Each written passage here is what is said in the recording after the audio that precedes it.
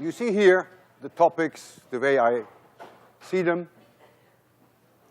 You will get 3 problems on the exam, and not all subjects can, of course, be represented on the exam, nor can I cover all of them in 50 minutes. I will test some very basic ideas. The math will be utterly trivial, and if it becomes complicated, then you just know that you're on the wrong track. If you get stuck somehow on a problem, my advice is move on. Don't stay with the problem, but move on and try some others first.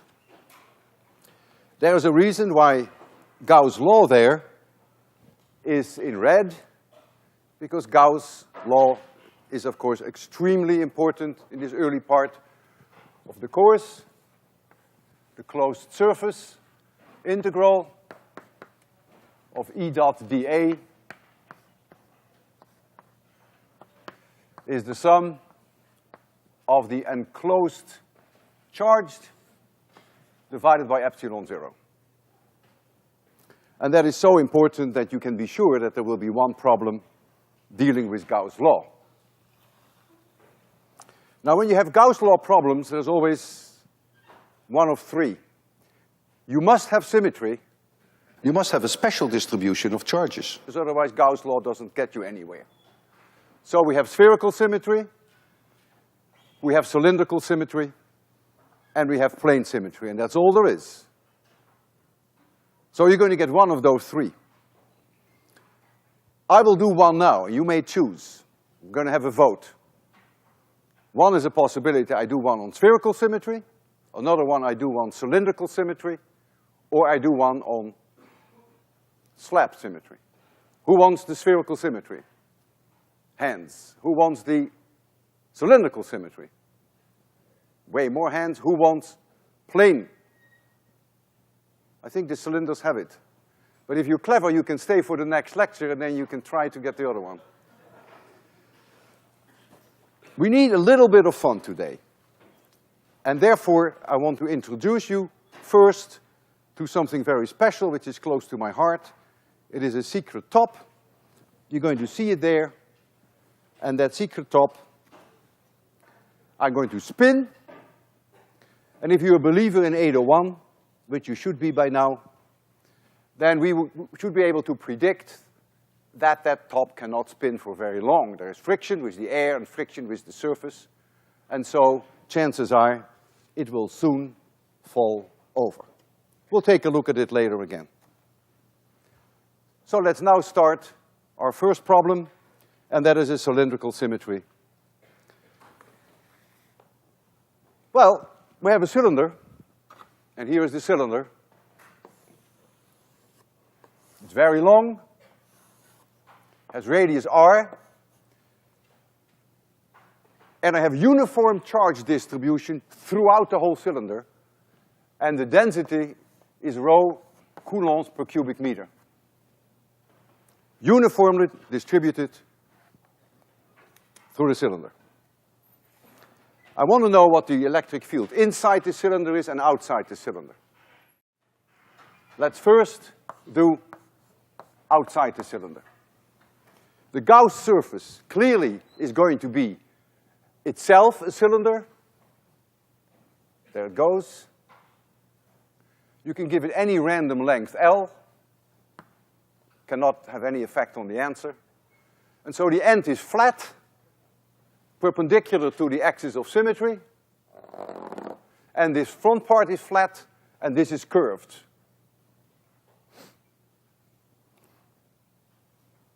I give this a radius little r, and so I know that everywhere on the surface of that cylinder outside, that the electric field must be the same everywhere because the distance is the same. That's a symmetry argument. Electric field cannot be any stronger here than it is there if I'm on that surface. Symmetry argument number 1. Symmetry argument number 2 is, given the fact that this is a cylinder, the electric field must everywhere be perpendicular to this axis, coming out, I call it radially, but it is of course not radially like a sphere. It's radially coming out of this surface, always perpendicular to this axis of symmetry. Nature could not decide any other way. That's the second symmetry argument. Once you recognize that argument, the electric flux through this flat surface and through that flat surface must be zero. Because then the electric field and the local dA vector, which is the perpendicular to the surface, make angles of 90 degrees with each other. Because E would be like this here, but dA is in the direction of the axis of symmetry. So no flux can therefore get out here and get out here, but only through this curved surface. But on this curved surface, if it is a positive charge, then the E vector and the dA are in the same direction. If it is a negative charge, they are in opposite direction. Later you can change the sign of rho. Let's just make it positive for now. So if now I apply Gauss' law, then I only have to take this surface into account and not these two end pieces.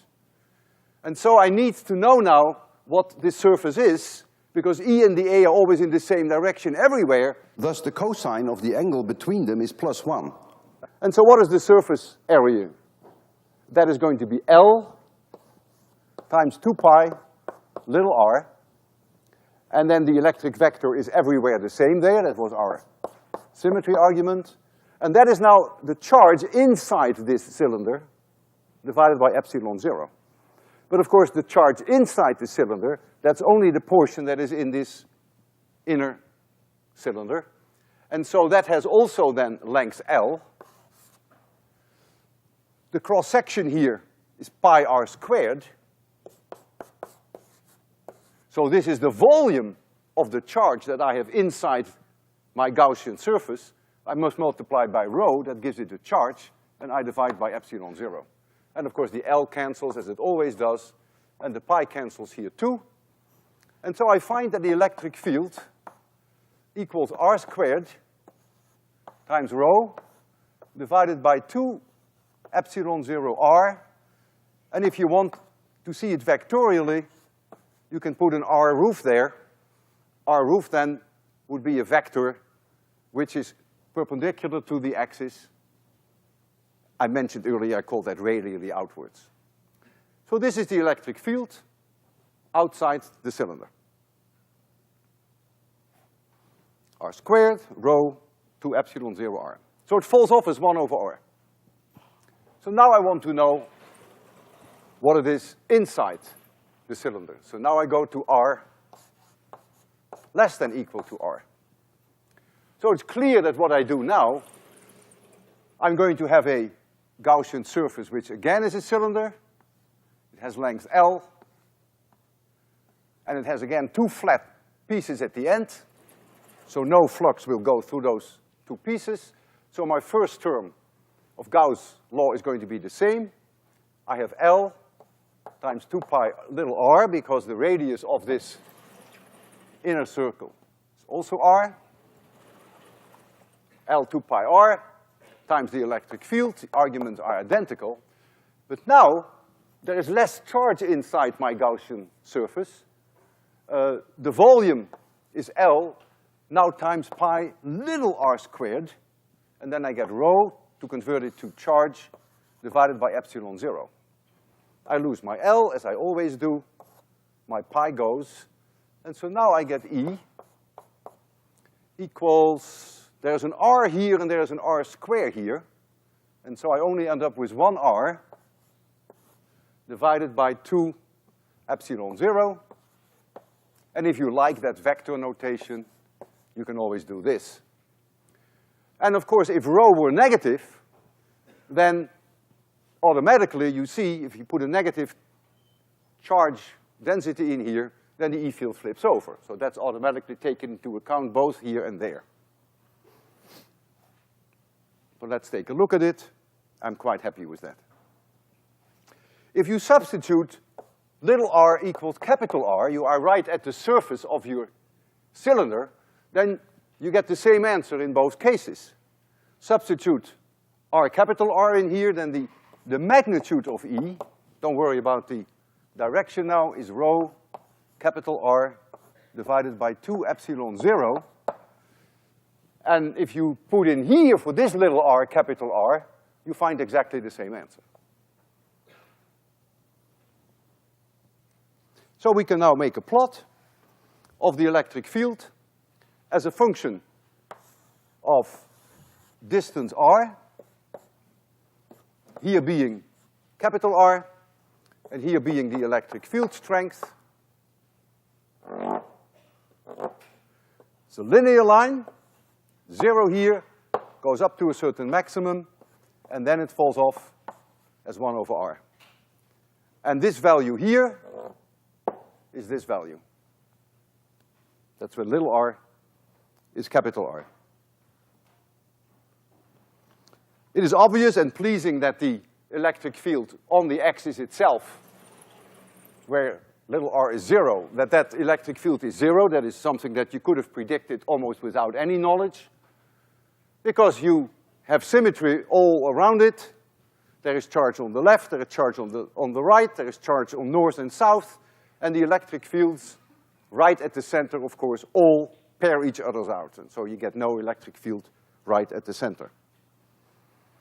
If the charge, for some reason, would all be at the outer surface, if it were a solid conductor, that would be the case, then the electric field would be 0 everywhere inside, and this would be unchanged, assuming then that you have the same amount of charge on the outside per unit length as you now have on the inside.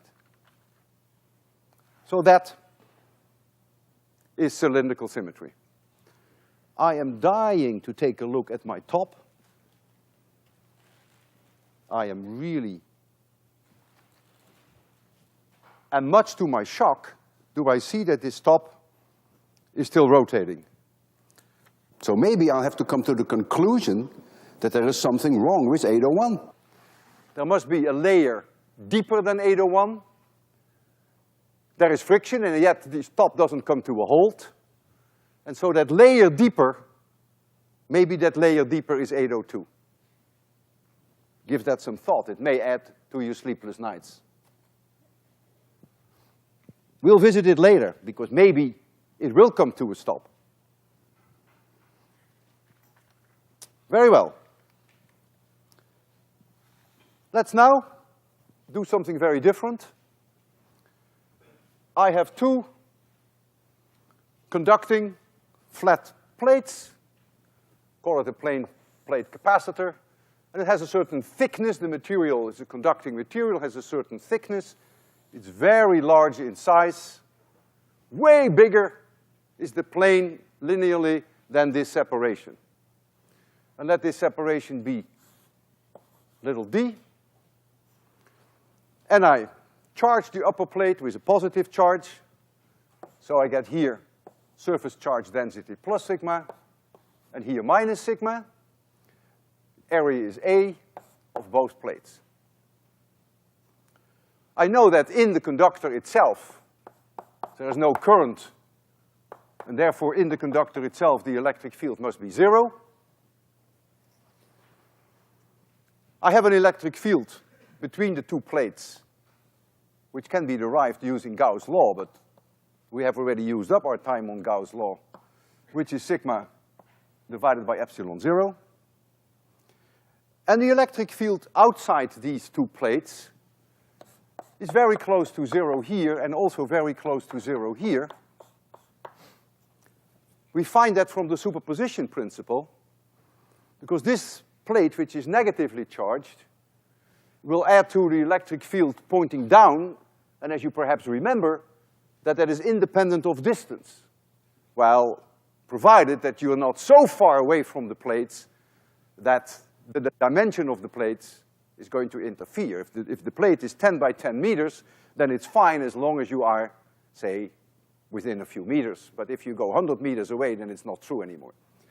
So if we assume that we don't go too far out, then the electric field due to this one pointing down, due to this one is pointing up, and they have equal strength, they're independent of distance, so they cancel each other here, and they cancel each other there. Superposition argument.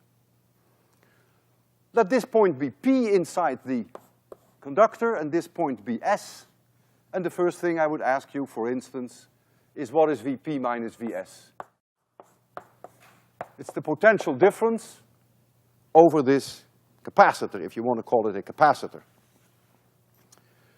That is the integral in going from P to S of E dot dl. For reasons that I have never understood, your book will switch these around and put here a minus sign, which is of course exactly the same thing. And so now we can calculate the potential difference.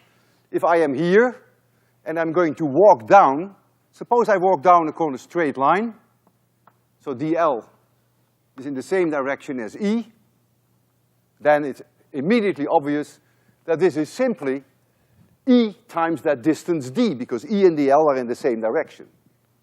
So the cosine of the angle between them is +1. And so I find that this is E, which is sigma divided by epsilon 0, times that distance d. If I had chosen another route, I would have found the same answer, because we're dealing here with conservative fields, so the path does not matter.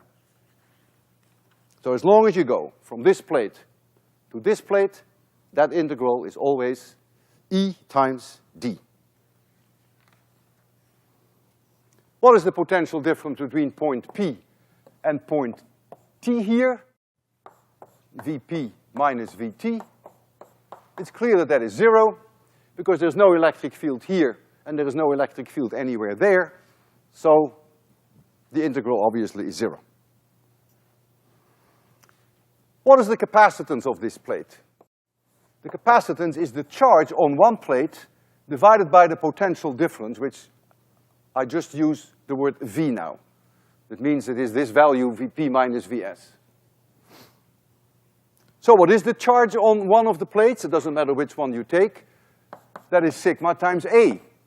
That's the definition of sigma, right? It's charge per unit area. So that's the charge on the plate. And the potential difference we just calculated, that is sigma d divided by epsilon 0. So the epsilon 0 comes upstairs. And so we find now that it is A times epsilon 0 divided by d. Notice it's independent of sigma, of course. Capacitance is geometry. Has nothing to do with how much charge you have on the capacitor. I could ask you, what is the electrostatic potential energy? The electrostatic potential energy is the work that you would have to do to assemble the positive charges here and the negative charges there. You can also look at it at the energy that it takes to create that electric field. It's the same question. So this work that has to be done to assemble it is the charge on one plate times the potential difference times 1/2, or, which is the same, 1/2 C V squared. So what is 1/2 QV? Let's first take this one. That is 1/2. Q is sigma times A. The potential difference V we have is here, sigma d divided by epsilon 0. So this is the answer that we would find from this one. And the answer that we find from the other one must, of course, be the same. Let's check that. This is C, but it is A, epsilon 0 divided by d. And now I must multiply it by the potential difference squared. So I get a sigma squared, I get a d squared, and I get an epsilon 0 squared. And these two better be the same. I have sigma sigma here, sigma squared. I have d squared divided by d, so I have only 1d. I have an epsilon 0 squared here and here an epsilon, so I only have 1 over epsilon 0, so they are indeed the same. Now I could ask you, where is the charge located? Let's first go to the top plate. Where is the charge located on the upper plate? Some of you may say, oh, well, maybe the charge is in the plate, somewhere here. That cannot be. I make a Gaussian surface all around that charge. Gauss' law will tell me then that the surface, closed surface integral of E dot dA is not zero because there is charge inside. And if there is charge inside, that closed surface integral is not zero. But we know that the electric field must be zero everywhere, zero in the conductor. Everywhere it must be zero, so the closed surface integral must be zero. So there cannot be any charge there. Simple argument. Some of you may say, okay, maybe some of the charge here is at the top surface. Not allowed either in this configuration. I make myself a small pillbox, which is my Gauss surface. These are flat ends. Electric field is zero here. Electric field is zero there. So the surface, closed surface integral, must be zero because the electric field is zero everywhere, but there is charge inside the pillbox, and so Gauss' law says then it cannot be zero. Since it is zero, there is no charge inside. And so there's only one solution. Nature puts all the positive charge right here at the bottom of this plate, and the negative charge right there at the top of that plate. That's the only solution in this case. Charge cannot be anywhere else.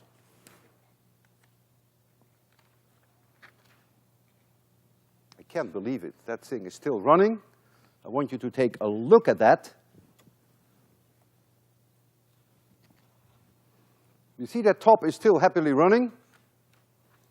So either this has to be a violation of the conservation of energy somehow, or it is black magic, can never be excluded in 26100, or perhaps there is some simple physics behind it. And whatever that simple physics is, I would like you to start thinking about.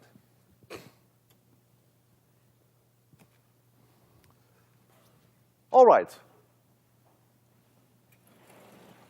Next subject. Again, let me come with two plates, because I want to start talking about dielectrics. And I want to massage this idea of capacitance a little further. I have here a parallel plate capacitor. And I put on here positive charge plus sigma. I call it now sigma free. There is no dielectric yet, but later there will be, so I call it sigma free. And here, there's minus sigma free. Separation is D. Surface area is A. So at the beginning, it's going to be boring. We know that the electric field here is going in this direction, and that electric field is sigma free divided by epsilon 0. This free goes with the sigma.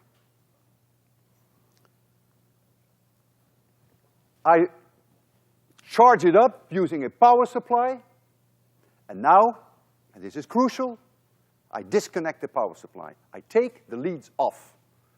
So I disconnect the power supply.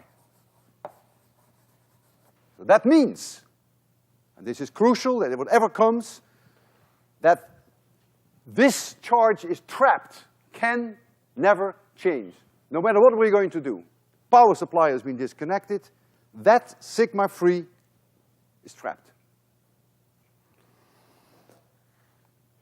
I'm going to do various things now. I'm going to change the distance between the plates, and then independently I'm going to shove in a dielectric. We will do that separately, one at a time. And so the equations that I can now trust and that I will be looking at are the following.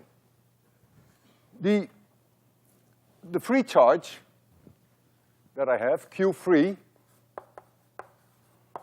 is obviously sigma free times the area. I mean, that is the definition of surface charge density. So I can trust that one. The electric field between the plates is sigma free divided by epsilon 0, but now I get a kappa there if we have a dielectric. The potential difference between the plates is ED. Provided I know the E, this is the E, It's always ED. We just had that in our previous problem. The capacitance itself, C, is the free charge on one plate divided by the potential difference between the plates. V is my potential difference. That is this V. And the electrostatic potential energy equals 1/2 Q free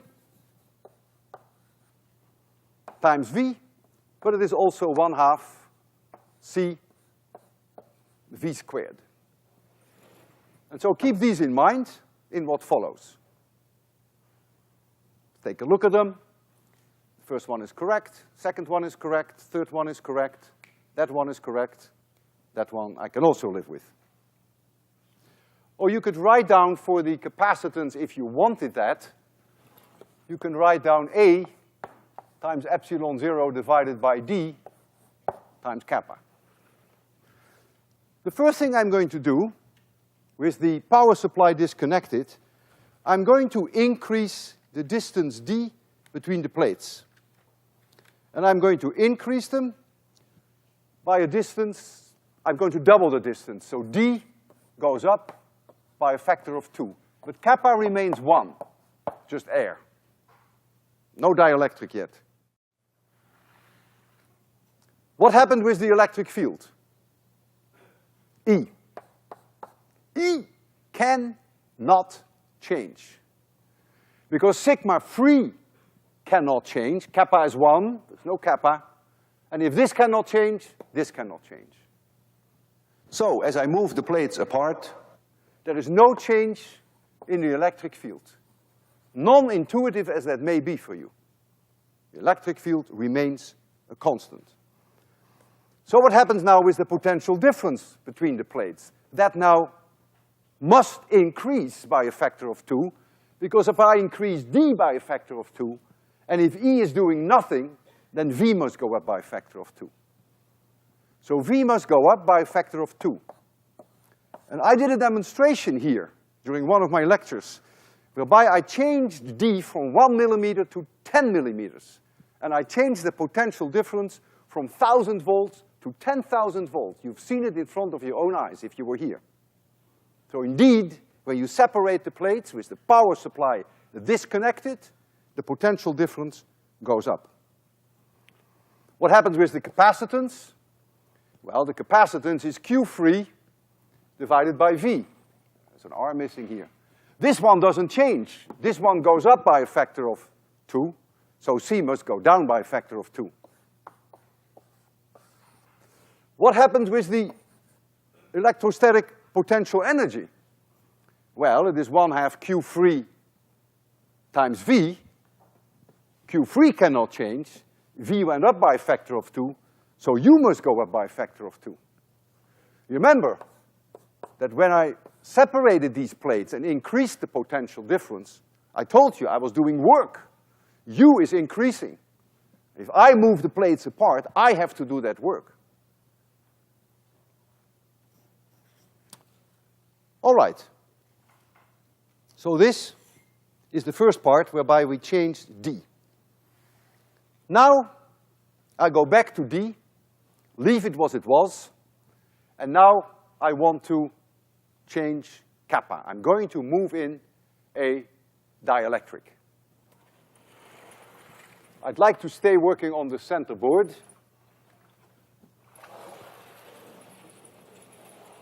I have to change, I can't see this anymore. So now D is as it was before, but now kappa becomes 3. So I take dielectric and I shove it in, and sigma free is fixed. And so now what happens with E? Well, sigma free is fixed. If kappa all of a sudden becomes 3, the E field goes down. Is that surprising? No, that is not surprising, because as you move in the dielectric, this surface charge density is not going to change, but you are inducing now on your dielectric negative charge here and positive charge here as a result of that external electric field. And so that creates an induced electric field in this direction. And so as a result of that, the net electric field goes down. And that's what you see here. It goes down in this case by a factor of 3. What happened with the potential difference over the plates? Well, B wasn't changing, remember, we kept D constant now. So if E goes down by a factor of 3, V must go down by a factor of 3. What happens with the capacitance C? Well, the capacitor is free charge divided by the potential difference. The free charge is not changing, it's trapped. The potential difference goes down by a factor of 3, capacitance goes up by a factor of 3. What happens with the electrostatic potential energy? Well, the electrostatic potential energy is 1/2 QV, but Q3 could not change. V went down by a factor of 3, so U must go down by a factor of 3. That means if the electrostatic potential energy goes down, that as I move in this dielectric, that I do negative work. If I had to push it in, U would have gone up. So in a way, as I move the dielectric in, it's being sucked in. There is a force that pulls it in. Interesting all by itself. I would like you at home to go through exactly the same questions, verbatim, with one difference. And that is, you keep the power supply connected. Now your answers are going to be very different. For one thing, if the power supply is connected, and if you change D, so your power supply is connected, and you go up in D by a factor of 2. The power supply is connected. There is one thing now that cannot change throughout, and that is V. Potential difference cannot change, because the power supply is connected. So now, if V cannot change, and you increase D by a factor of 2, E now must go down by a factor of 2. And that's very different from what happened before, when E remained constant. So it's very, very different physics. Well, the physics is the same, but the results are very different. And I want you to do that. You have all the tools now. You can believe in those equations, and they should work for you. All right, let's visit Ohm's law and maybe look at Kirchhoff. I prefer to stay on this center board. It's convenient for you, and it is also convenient for me. A very simple network. Keep in mind that on an exam, all problems are extremely simple and very fundamental. Nothing complicated. You don't have the time for that. I give here a problem in which I actually give numbers. On the exam, you won't see any numbers even, not in the sense of resistances, ohms, and so on, because there's no calculator necessary. But here you will see some numbers. This is a battery, and this battery has an EMF, which is 10 volts. That's a given.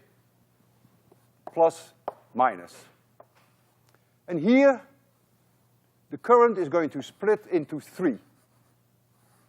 There is R1, which is 1 ohm. R2, which is 2 ohms. And then we have R3. I'll put it a little lower. R3 is 3 ohms. They come together here. And here I have a resistor R4, which is 4 ohms. And I close the loop and go back to my battery. Just to make it a little bit more interesting, I will introduce into this battery an internal resistance which is very small, which is 0.1 ohms. You can't remove it. It's intrinsic into that battery.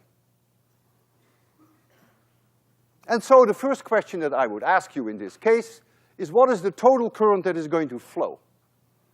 We're going to get a current I here. Through here you get I1. Through here you get I2. Through here you get I3. I comes out here. I go through here, through the fourth, come back, and I go through the battery. So what is I? In a problem like this, there are many roads to success, not just one.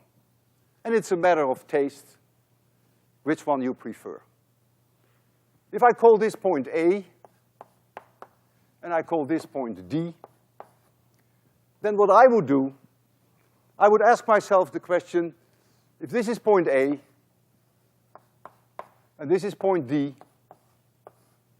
what resistor, which your book calls the equivalent resistor, the equivalent resistance, what resistor would I have to put here instead of these three for the current I to be exactly the same as what it is now? So I'm going to replace these three by one resistor, which is this imaginary resistor. As you have noticed in your book, where you undoubtedly read up on, 1 over R equivalent is 1 over R1 plus 1 over R2 plus 1 over R3. You know all these numbers, and so you will find R equivalent is 0.55 ohms. Check this at home, and I hope I didn't goof up on that one. Notice that this resistor, this equivalent resistance, is smaller than the smallest one, which is 1 ohm. That's obvious. It has to be that way. Think of these as water flows. Water flows through this one, and through this one. Remove these two. Water is only flowing through this one. Now you add these two pipes, so more water can flow. So the equivalent resistance goes down. Same with electricity. So the equivalent resistance of parallel resistors is always lower than the smallest.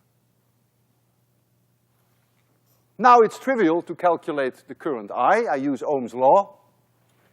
Ohm's law says that the potential difference that is available by the battery is E, it's 10 volts, is now the current, the total current, times all resistances along the road. I go once around. I have here R equivalent. Then I have R4, because the full current goes through R4. And then I have this little stinky R of I. Doesn't going to make much difference, but it's there. And so you can find now what I is, because you know all other numbers. And you find that what I is my goal. And I think I found 2.15 amperes. That is right. 2.15 amperes. So we know what I is. Is this the only way? No. But it is one way. It's very effective. So now I want to know what I1, I2, and I3 is. Well,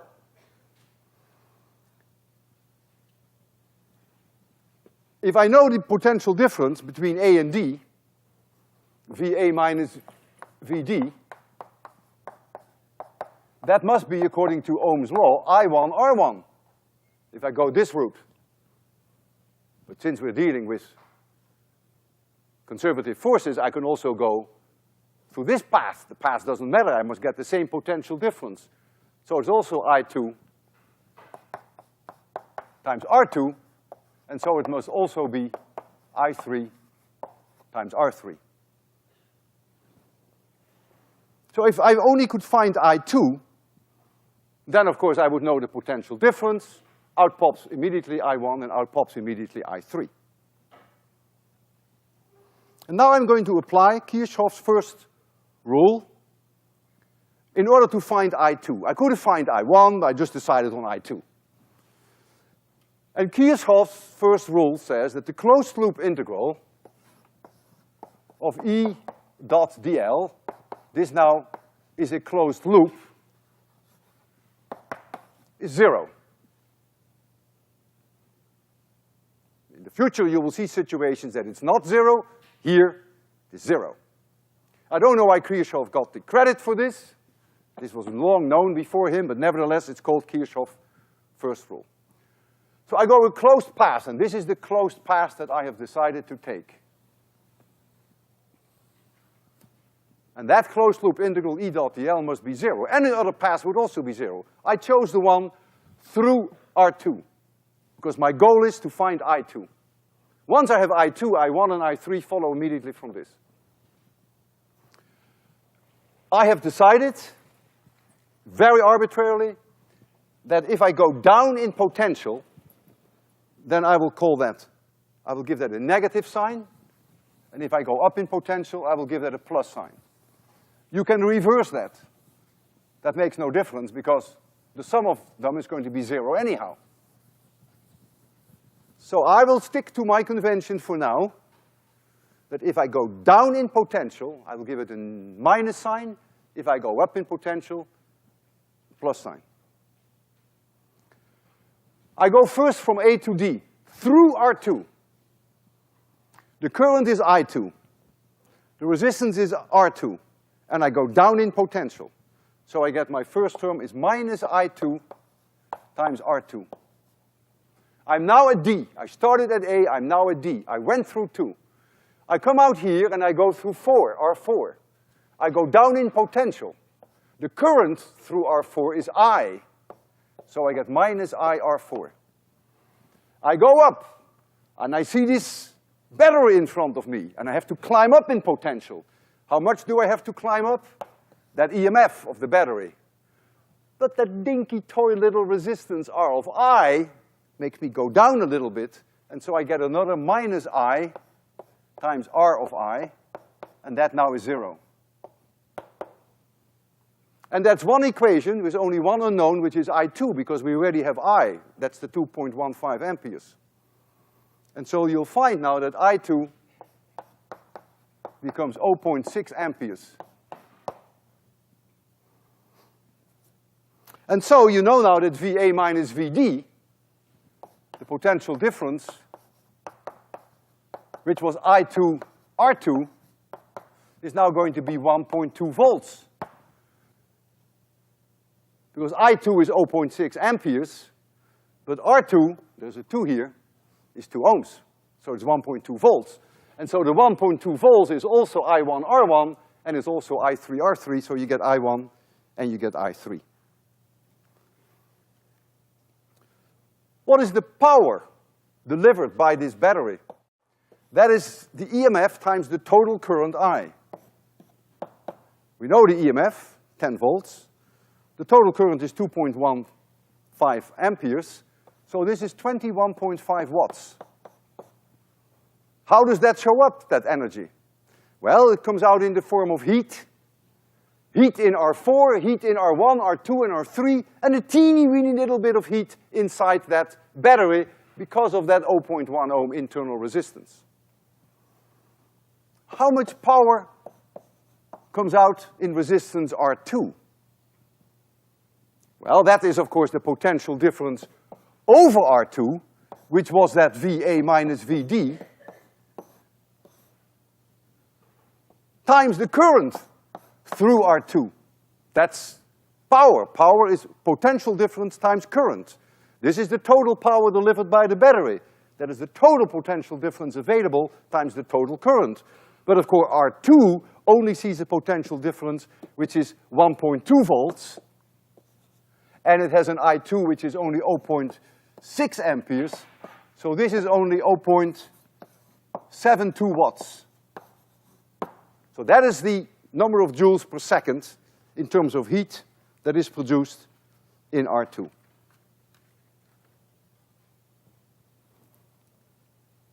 I think you believe me when I tell you that the top is still running.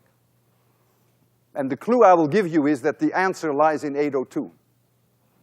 Give it some thought, it's a very cute top. All right, let's talk about kinetic energy increase due to charges that move over a potential difference. I have two conductors, very funny in shape, but they are equipotentials. There's no current running inside the conductors. And so conductor A is at a potential V of A. This is conductor A. Potential is V of A. And this is conductor B, has a potential V of B. And let's assume that VA is larger than VB. If you want to change that later, that's fine.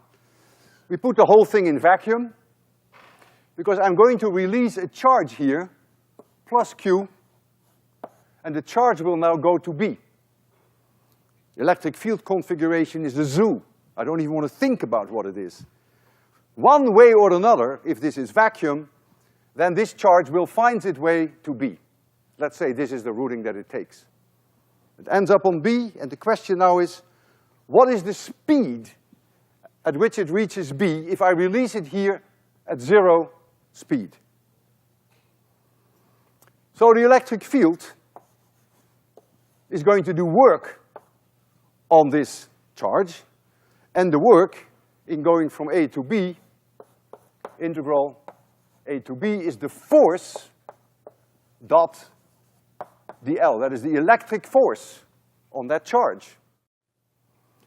Since it is a conservative field, it doesn't matter what your routing is, you will always get the same answer for this. That electric force is also the charge times the electric field at any location along the line. And so you see, you get here a Q times EDL. But the integral of EDL is the potential difference between the two. And so the net result, therefore, is that the work done by the electric field, when this charge finally ends up here, that work is the charge Q times the potential difference VA minus VB, regardless of which path it chooses to go. Let's take a practical case. We have a proton, which has a mass 1.7 times 10 to the minus 27 kilogram. The charge of the proton is the same as that of the electron, but it is positive, 1.6 times 10 to the minus 19 coulomb. And let's suppose that the potential difference between A and B, this is now the potential difference, is 1,000,000 volts. Let me put a delta here, because I don't want V's on both sides. But that's the difference VA minus VB. So what is now the kinetic energy with which this proton reaches B? So that kinetic energy must be Q times the potential difference. So that is 1.6 times 10 to the minus 19 times 10 to the 6. So that is 1.6 times 10 to the minus 13 joules. Almost no physicist would call this 1.6 times 10 to the minus 13 joules, but we would say the kinetic energy of that proton is 1 MeV, 1,000,000 electron volts. And the reason why we do that is, an electron volt is the energy that an electron gains if it moves over a potential difference of 1 volt. That's the definition of 1 electron volt. Well, the charge of the proton is the same of that of an electron, and it moves over a distance of 1,000,000 volts. And so the energy is 1,000,000 electron volts. But this is not an SI unit, so be careful. If you work SI, you gotta use this number. But we would say that's a proton with a kinetic energy of 1 MeV, 1,000,000 electron volts. So what is the speed with which it finally then arrives? Well, 1/2 mv squared is this number. This is the mass of the proton, and this is the speed that the proton arrives at point B. And when you use that number, the mass, you will find that the velocity of that proton is about 1.4 times 10 to the 7 meters per second, which is about 5% of the speed of light. In other words, we don't have to make relativistic corrections. This answer is believable.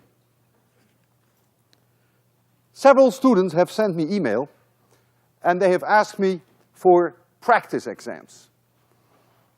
I am equally surprised as you are that the previous lecturers of 802 did not list on the web, on their website, exams. They didn't. I was hoping they did, but they didn't. Professor Belcher, however, mentioned one particular practice exam to me, and when you visit the 802 website, you can find that practice exam, but there are no solutions on that exam. So you can discuss this exam with your instructors, with your tutors. I'm available if you want to discuss it with me. I have no problems with that. It's a little difficult for me to help 600 students, but I can help quite a few. So my advice is that you take the study guide if you really want to do more practice and go over some problems that have worked out solutions. And I wish you luck, and I'll see you next Friday.